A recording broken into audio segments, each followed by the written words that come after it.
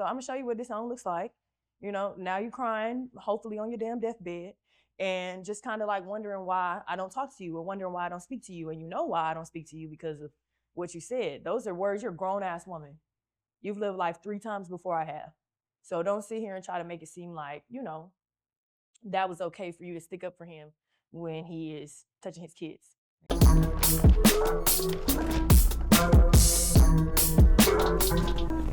All right, welcome to Mogul State of Mind. I'm your host, Uncle Spin, and today we are here with a special guest. Renity Love, you know Yes, what's up. ma'am. Y'all know what the going on. Yeah, somebody you might have seen on your TV, on your handheld device, or wherever you like to watch your adult content. Okay, yeah. Yeah. Mine personally is a handheld device in the bed, but but no. So, Miss Renity Love, first I want to tell you thank you for coming here with us and sitting down with us, and want to ask. So first, who are you? Who is Renity Love? Renity Love is a jack of all trades. I know a lot of people say that, but truthfully, that is who I am. I am a veteran. I am a social media personality, you know what I'm saying? I am an ex-content creator, you know what I'm saying? The adult content, you see me, you know what's going on. Award-winning content creator, maybe I should say that as well. I'm a mechanic for real. I'm really a jack of all trades. So whatever it is, I've probably already done it. So you the modern day Baby D. Type shit. Okay, got you. Type Gotcha. shit. Just real cute with it. So do you know how to braid hair? I don't. I'll throw that out the window there. I can't do hair. I can cook. You can cook? I can cook. What's your definition of cooking? All right, let me see. Can you I could cook. Okay. It ain't like no pasta, Alfredo, you know what I'm saying? Right, spaghetti and all. Yeah, Okay. I can make that, like who can't, but nah, I can cook. Okay, we'll come back to that. So let's talk about kind of your upbringing and how you got your start and things of this sort. So I kind of want to just go from your earliest childhood. So first, where are you from? I'm from Houston. I'm from Harlem Clark, from the South Side. So if you know and you're from Houston, you know what's going on. So, Okay. From the hood. Yes, ma'am. Very much so, but very educated as well. So I'm not gonna say the hood is, is what made me, but you ain't gotta stay where you at. Yes, ma'am. So. For sure. And so what was life like growing up for you? I lived with my mom. My mom has 7 kids, including me. So big family, a lot of us. We never really had like the big house or nothing like that. I would visit my dad from time to time. My dad is a child molester. So a lot of growing up was real hard for me. Anytime that I would go over there to his house, I have an older sister on his side as well. So things wouldn't always go the way that you would think it should go if you go and see your father and stuff like that. But I never really kind of let that bring me down. I was straight A student, you know what I'm saying? I did fight a lot. But other than the fights, like grades was A1, athletic, I was always handling my business, doing what I needed to do. So. Gotcha. And we'll come back and touch on the father thing. So you that's what life looks like. Some kind of your younger years and things of that sort. So what does middle school look like? What does high school look like?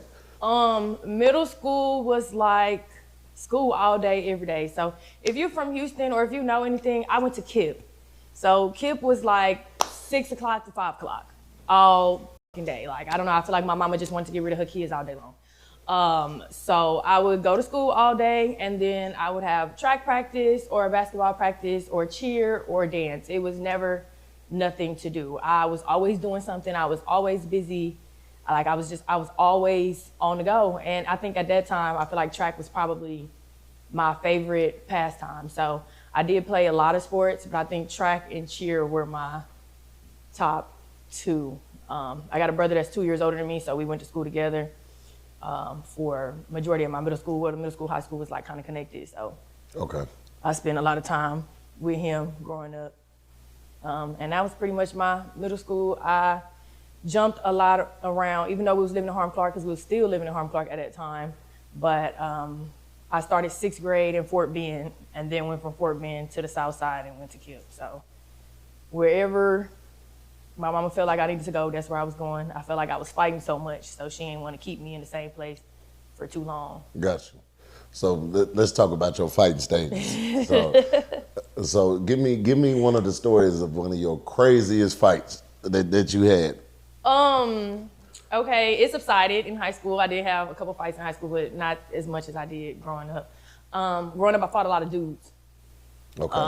I did fight a lot of men, never cared, didn't matter. And then my brother beat your ass after that because, you know, you put your hands on me and you a dude, so Okay, gotcha. it's just a 2-for-1. And if he didn't win, then my oldest brother's gonna beat his ass. So it's just a little y'all trail had a little effect. system. It worked, and it worked. It worked very, very well. My brother was the biggest one, so people started to realize that we didn't look alike, but we was related. They start to, you know, stop fucking with me. I did fight this girl in the bathroom one time, and I kind of like banged her head up against the little doorknob in the restroom. Yeah, it was pretty intense. It's just, I feel like it was just a lot of people in there, and you do what you can to win the fight. For sure. You Ain't know? no rules that you can and do. Yeah. that's exactly what happened. And I think that's when my mom was like, yeah, all right, we're gonna move. We ain't gonna stay here too much longer. You know, grades are good, but you skipping, you fighting, you doing this, that's enough. So. Okay. So when you hit her head up against that knob, it split her open? It bust open, she started bleeding, and they went and got the teacher, and I got suspended. See, you lucky then, because that was back in the day though. Like, because now you going to jail. Now they crybabies. Everybody just weak. I feel like everybody's weak. I feel like you should bring back bullying. For sure. I feel like these bitches need to be bullied. Everybody needs to be bullied. They need a bully in their life, and that's what I was to people. You know what I'm saying? But I feel like I grew up hard, so somebody gonna feel this pain. No, everybody too sensitive nowadays. I don't like that shit, you know. So I ain't really getting too much trouble. You know, as long as I won, I felt like I was good. Hey, that's what my daddy told me. He was like, all right, now look, if you go help me Don't come up to the lose. school, you better not lose. And if you lose, you better fight him every time you see him. I'm telling you, that's what it was. That's exactly how it was for me growing up. So I ain't gonna say I just, you know, I ain't never really just got in trouble with the law. Okay. Cool. So now I do want to kind of dive back into it. So I know you said that your father was a child molester. And I did kind of see you post a story as far as with your father and him molesting you. Mm-hmm. So when did that start? As early as I can remember. So my memory dates back to a little bit before Hurricane Rita. You remember that? Yeah. So Hurricane Rita, I can't tell you the specific dates, but if you look it up, it'll give you a pretty good timeline. We had evacuated to Dallas. So my sister lives in Dallas. I live out here in Houston. We never really got to spend a lot of time together, stuff like that. So a little bit before that, he had exposed himself to me in a way of like, I'm in trouble. So something happened, I got in trouble, and his response was him like doing that. And me being a kid, it's like, okay, well, this is what happens if you get in trouble over here, so don't get in trouble over here. Right. And that was like, it subsided from there. I never said nothing to nobody. I never talked about it. I never brought it up, nothing like that. Went out there for Hurricane Rita in Dallas, wanted to spend time with my sister because I don't see my sister as much. You had the whole family really went out there, and I feel like we went for no reason because Rita wasn't even that bad. And shit just started happening. Everything started coming real quick, and you know, indecent exposure and having conversations that I shouldn't have been having at that age. And then it was like, oh, it's okay because I've had this conversation with your sister. Mind you, my sister's 3 years older than me, so it's not much of a big age gap. We're both young. We're both, you know what I'm saying, whatever. And he would try to play the safe field of like, oh, well, you know, your sister already knows this, or your sister already talked about this, or whatever, just to try to make me a little more like comfortable. It was normal. Yeah, like it's a normal thing to talk about or a normal thing to do. So for a long time, I did think that, you know, well, my daddy cool, you know, we talk about stuff like this, or we have these conversations, or whatever the case may be, and that should never be, you know what I'm saying? That should never be nothing like that. So growing up the whole time, that's kind of the relationship that we had. He went to prison around, I was like 14, 15, when he went to prison, and, you know, then it was good. You know what I'm saying? You can't really do shit, you can't really talk about it, you can't really, you know what I'm saying? So the phone calls. He missed my, graduation, first year of college, missed my whole high school, he missed all of that. He got into it with, I know I'm kind of jumping around, but he got into it with my stepmother and her kids. And then I remember my grandmother, or I don't even like to call her that because she's a piece of shit. But I remember them basically saying like, oh, you don't need to, y'all don't need to hang around them. Y'all don't need to talk to them. Y'all don't need to deal with them. They're liars. They're this, they're that. But they would never tell us what actually happened or why there was this case against my dad, or I'm too young to understand, whatever. And I feel like if they would have said something then, I probably would have said something at the time like, hey, yo, this is happening to me too, or this is, this ain't right. I believe them. I know what's going on. I know how this feels, but nobody ever said anything to me. 15, went to prison. Everything was cool. He got out my second year of college, and shit went right back downhill. And that's when I left and went to the Army. Okay. I was like, I'm not finna stay here. I don't feel like dealing with this. I don't want to talk about it. I don't want to, none of that. So in 2019, I left. I went to the Army. Never spoke to him again. Never looked back. Never did any of that. One day in airborne training, my sister calls me and she's like, hey, I want to go to the police. How do you feel about that? I was like, okay, well, give me a second. Let me figure out what I want to do, and we could just talk about it. She did not give me a second. She didn't. She just went straight for it. And I can't blame her because shit, you dealt with it longer than I have. You at a stage of your life where, this is too much, and I get it. I've been there. So I totally understand. And then she spoke about it. She called my aunts, which is his sisters and his mom. And the next morning, because she didn't even tell me that she told him, the next morning I got a text message from my grandmother. And she was like, oh, if you go to the cops and I lose my son again, I'll never talk to y'all again. I'll never, whatever, I'll disown you, whatever. And me, I don't give a fuck. You're not gonna call my sister no liar, especially when I know what the fuck going on, and fuck you. So I'm gonna show you what disown looks like. Now you crying, hopefully on your damn deathbed, and just kind of like wondering why I don't talk to you, or wondering why I don't speak to you. And you know why I don't speak to you, because of what you said. Those are words. You're a grown-ass woman. You've lived life 3 times before I have. So don't sit here and try to make it seem like, that was okay for you to stick up for him when he is touching his kids. Yeah. We're all related. Yeah, and you picked your side and sit over there. So I haven't talked to any of them since then. I started speaking about it more. You get to hearing some of my family who had absolutely no idea.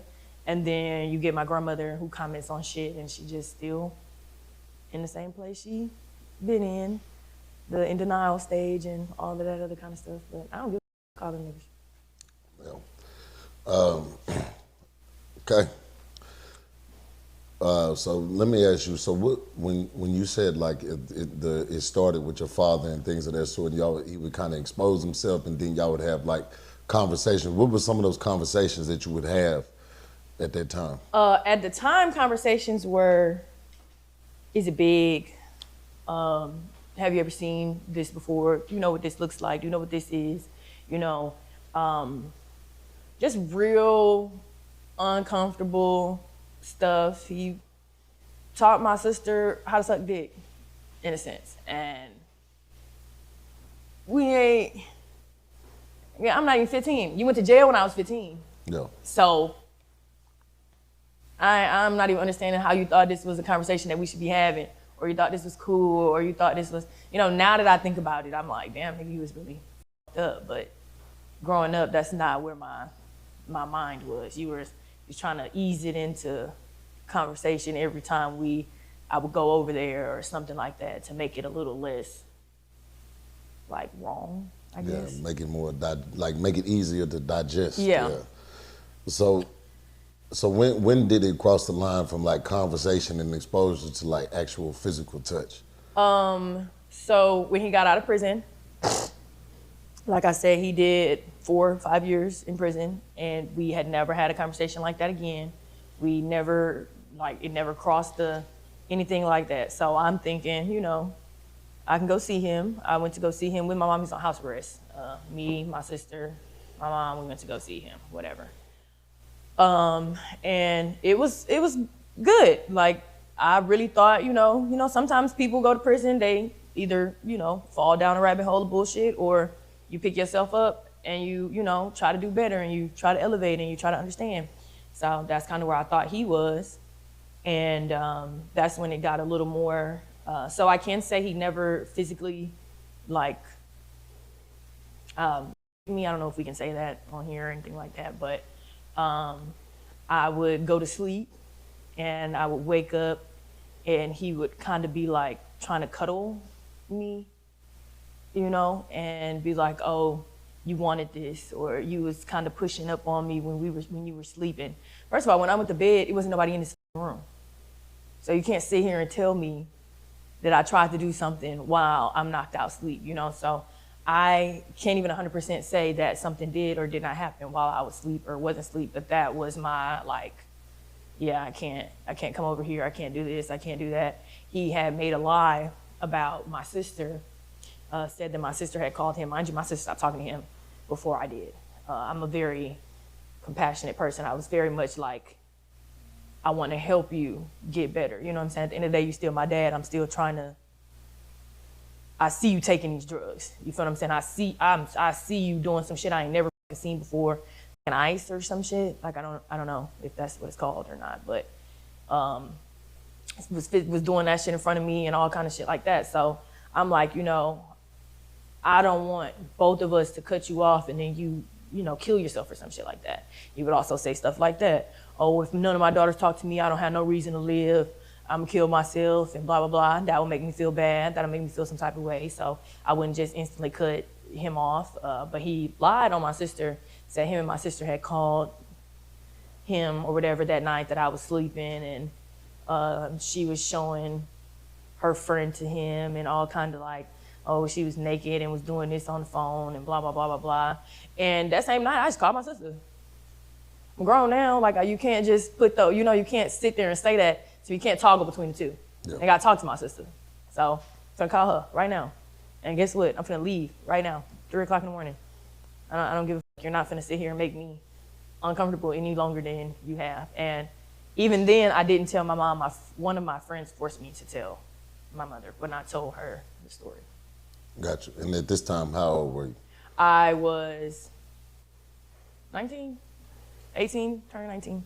Gotcha. And so during the time like that, all of this is happening during your upbringing, did anyone else know? Did your grandmother know, or was it just you and your sister? I feel like people knew. I just feel like they wasn't trying to butt in or like say, I genuinely feel like people knew, and I can't say if they knew or not for sure, but like, I feel like they knew. Who I know knew for sure was my cousin, but that's because I would tell her stuff. And she would always be like, that don't, that's not right, this not right, and stuff like that, but she would never go snitch on me. We were around the same age, so she would just kind of be somebody that I could trust and talk to. But I feel like people knew, because when it came out, it was like, oh, your dad is sick and he ill. He don't need to go to jail. He needs to go to a mental this or a mental that. And it's just like, no. So did y'all know, or there's other, what I'm like, what the hell really going on? You feel like there were other victims out there besides you and your sister? Yes, I know my stepsister was one. I feel like when I said something, one of my cousin's ex-wives DM'd me and she said some things. And the things that they would say, I believe it, because some of this shit happened to me, and I feel like it happened a little more extreme to people who were older than me, because my sister would try to take on most of the stuff so that I wouldn't have to bear as much. But yeah, I feel like it's way more than that. And he was a rapper, and like 98, 99, early 2000s, he was rapping with Fat Pat and all of them, so it ain't like it's just me. You can get your hands on whatever you want to get your hands on. You wouldn't just know unknown type of person, so I do feel like it's other people. Okay. And so, okay, there's a lot to unpack. Yeah, I've dealt with it, so it's a lot easier for me to speak on and talk about and stuff like that versus just telling somebody that I know that's that's a lot. Yeah. And so, what did your father go to jail for? Then when I think you said when you were 15. Yes, he went to jail for violating his probation. Having some bitches or like prostitution, whatever, he wasn't supposed to be around a certain amount of something or some shit like that. I don't know. He ended up getting caught and they took him to jail for violation of his probation. It had nothing to do with anything else. So I still feel like he ain't really get what was, you know. So what was he initially charged with that he was on probation for? I couldn't tell you. I was too young to really get all the information. I feel like people wasn't trying to tell me stuff at that age, you know what I'm saying? Because they didn't want me to look at my dad in a different light, so. Okay. Okay. I'm sorry, we were just trying to, yeah. Got you. So, oof. All right. I'm sorry, let me digest. I know it's my job to interview, you know, and I'm that's not an easy conversation to have, especially with people who don't know who I am and how strong I am, and you know what I'm saying, especially if you're a father with daughters and I have stuff a 12-year-old. like that. I know that that's not a conversation that you would expect anybody to have. No, but I'm definitely say kudos to you for showing the amount of strength that you are right now. You know, this is a lot more common than a lot of people realize, and most of the time, abuse with young women is done with someone they know, and family members and things of this sort. And they try to cover it up and and then justify it and things of that sort, and there's no justification for it at all. Like I said, I'm a father, so yeah, I ain't no way I could ever see myself crossing that line with my daughter. Yeah. Ever. So what kind of kept you from saying anything about it to anybody like your mother or someone else? Like I said, I told my cousin. I told her a lot more than a little bit, just because I felt like I could trust her. When it came to my mom, it was just so many of us. She had so many kids. We were always on the go. We always had something to do. It was always, you know, it was never, I don't think there was ever just time to sit down and have a real conversation like that. I do feel like one time I might have said something, and it was to a counselor in the 7th grade, I'm sorry. I had made a comment, and she kind of made everybody leave the room, and then we had a discussion, and I feel like she told my mother at the time, and then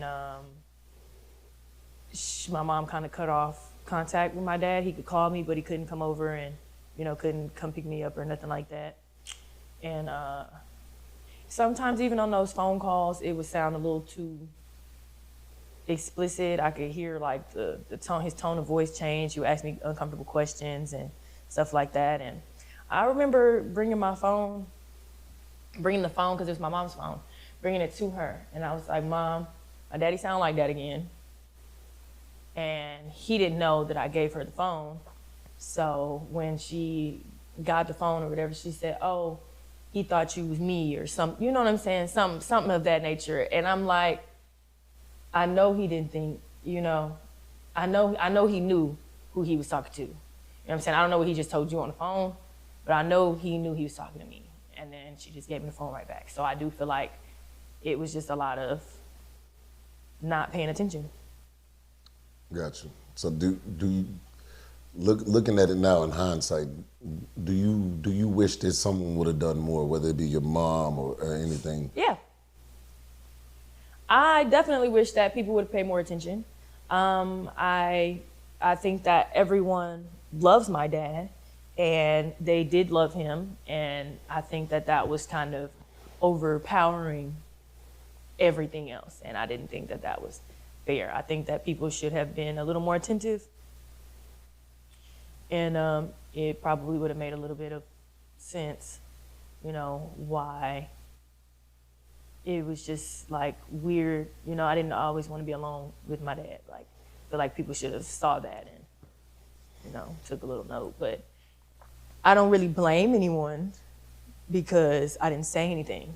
You know what I'm saying? So I do kind of feel like I should have said something. You know, if I would have said something, maybe something would have changed or something like that, you know? So I can't say that I blame anybody, but I do wish they would have paid a little more attention. Yeah. And then plus you play that blame game, it still makes you a victim. And I'm not saying that you're not a victim, but mindset wise, in order to move forward, you Yeah. know, yeah, okay, it happened, and Yeah. I'm not trying to downplay it at all, but you know, you gotta kind of accept it and move forward. I consider myself a survivor. I don't consider myself a victim. Okay. I have passed that victimized state. You know what I'm saying? I don't need nobody feeling bad for me. You know what I'm saying? I know, like, and even as a child, you know, I don't blame myself.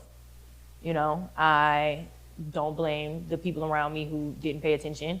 Because, I mean, shit, I blame y'all now what? You know what I'm saying? Yeah, We here now. You know, what we going to do about it now? You know? So I kind of live for future moments and not for past moments. I keep it in my mind because, shit, you know, I know how you move. I know how you move. I know how to act accordingly or move, you know, based on, you know, what I've seen. But shit, we're going to keep pushing. Like, I got to keep going. Yeah. You know, it's kind of like the difference between prejudice and racist. So like prejudice means I'm prejudging. Yeah. And we always prejudge each other. You know, that's us using our life experiences to kind of help us analyze situations. But the difference is when I'm a racist, that means I act on it before I even know it, you know. So yeah, anyway, but yes, you're supposed to prejudge everybody. Yeah, it's just, yeah. So let me ask you this. What's your mindset like going through this? For somebody that hasn't experienced that, somebody that couldn't experience that, what is it like to be betrayed by your father? And does it seem like there's ever going to be an end to it? Like what is the mindset behind it? I don't think I think where we are now is kind of where it's gonna be. You know, I've had conversations like, dang, if I have a child, you know, my dad's still alive. So it's like, my child will never know, you know, their grandfather or stuff like that. I can never bring my child around you. And those are where I think kind of hurts me now versus like the actual experience or like upbringing. It's like, nigga, I have the family, you know what I'm saying? But y'all really not there. Y'all are alive and well and all of this other kind of stuff, but y'all will never be a part of anything new that I have or any new experiences that I have and stuff like that. So I feel like that's my only like little thing that might really affect me. Other than that, I feel like I'm strong as shit. Yeah. You know what I'm saying? Mentally, physically. I feel like I could put up with a lot of shit. I could deal with a lot of shit and I can handle a lot because I handled that. You know what I'm saying? That's not something that's an easy task or whatever. It didn't take me just a day to get over it. You know, hell, sometimes I still think about it and it still, you know, make me feel away, whatever. But shit, I really am one of those people that just keep one foot in front of the other. And I feel like if you haven't experienced that, you know, God forbid you did, you know what I'm saying? So this kind of goes for both ways. Just to like keep pushing on, you know what I'm saying? Shit happens. You know, everybody's life ain't perfect, you know what I'm saying? Even if they make it seem like, you know, this is the most perfect life that they could have had or some shit like that. It didn't start off like that or it might not end like that. Or, you know, everybody go through something. Yeah. So you really just got to push through it and make you be the best you know what I'm saying? You are in control of your decisions. Yeah. So make the decisions and make them wisely. Yeah. So when you have your kids and your kids, if your kids ask you like, why can't I go around grandma? Why can't I go around grandpa or great grandma or things like that? Are you gonna tell them? Are you gonna be completely transparent with them and tell them the truth? Yes, at a certain age. Okay. I feel like we probably won't even have discussions about them until I, you know, because I feel like I will probably bring it up before they bring it to me. Because you know, some people, you know, they still have a father, so they still have their grandparents on, you know, their father's side that they can, you know, talk to and have that be a part of their life and stuff like that. But as far as me, I do feel like whenever that comes about, I am gonna have that discussion because I need you to let me know if, you know, anything like that or anybody at any time, period of your life, like we're gonna have full on transparency. Because I don't want a repeat of what I went through, not with nobody. Yeah. Not ever. So I'm very much open to having that conversation. I wouldn't put it on them when they're too young, you know, but I would wait until I feel like that they're mentally, you know, prepared to have that type of conversation. Gotcha. And so you were saying that, so you think that, what I gathered was that your father's influence from being a rapper and being likable and his fame kind of really put a mask over everything. I feel like a lot of people, you know what I'm saying, and I know this is like far-fetched, but the Diddy stuff, for perfect example, very likable person, very around, very stand-up guy to everyone. So these people who are going through this or who are, you know, experiencing this side of him that these other people don't see, they're gonna brush it off because they don't see that shit. So how they gonna believe something that they don't see? But at the end of the day, there's a lot to people, you know what I'm saying? These people show you what they want to show you. You know, they make their choices just like we make our choices. So that's just kind of how I feel. I do feel like when you give out enough or present enough substance to people that they'll overlook whatever. Oh, that nigga a dope ass rapper. Oh, he a dope ass producer. Or, you know what I'm saying? Like, I don't give a what he got going on. I need that nigga on my team. You know what I'm saying? So yeah. That's just kind of how I feel like they saw it. Gotcha. And what was your father's rap name? He was a part of Tight Eyes. So you got Sean P and Tight Eyes. I'm sorry, Pimp Tight. That's what it is. So they had records with Fat Pat and Big Mo, and all the little old school, you know what I'm saying, rappers that came up together that came out of Port Arthur. You know, that's where they from. That's where that. Yeah. So if you grew up in Houston and you know used to listen to them little Sunday nights with the chopped and screwed mixes and shit like that, on 97.9 The Box, he used to be on there and shit like that. So. Gotcha.